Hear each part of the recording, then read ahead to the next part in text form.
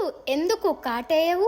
గర్భిణులపై ఆశ్చర్యకర నిజం. భారతీయ గ్రామీణ ప్రాంతాల్లో ఒక బలమైన నమ్మకం ఉంది. అదే గర్భిణీ స్త్రీలను పాములు కరవవు అని. ఈ మాట వినడానికి ఎంతో వింతగా అనిపించినా తరతరాలుగా మన జానపద కథల్లో, అమ్మమ్మల మాటల్లో ఇది ఒక సత్యంలా పాతుకుపోయింది. హిందూ సాంప్రదాయంలో గర్భిణీ స్త్రీని సాక్షాత్తు శక్తి స్వరూపంగా చూస్తారు. సృష్టి కార్యం జరుగుతున్నప్పుడు ఆ స్త్రీ చుట్టూ దైవికమైన రక్షణ ఉంటుందని పురాణాలు చెబుతున్నాయి. పురాణాల ప్రకారం సర్పాలు పిండంలోని ఆత్మను పసిగట్టగలవు. శివుడికి, విష్ణువుకి అత్యంత ప్రియమైన సర్పాలు సృష్టికి మూలమైన గర్భిణికి హాని చేయడం మత విరుద్ధమని భావిస్తాయి. గర్భం దాల్చడం అనేది ఒక పవిత్రమైన ప్రక్రియ కాబట్టి సర్ప జాతి ఆ స్త్రీకి మార్గం సుగమం చేస్తుందని జానపద కథల సారాంశం. జ్యోతిష్య శాస్త్రం ప్రకారం పాములు,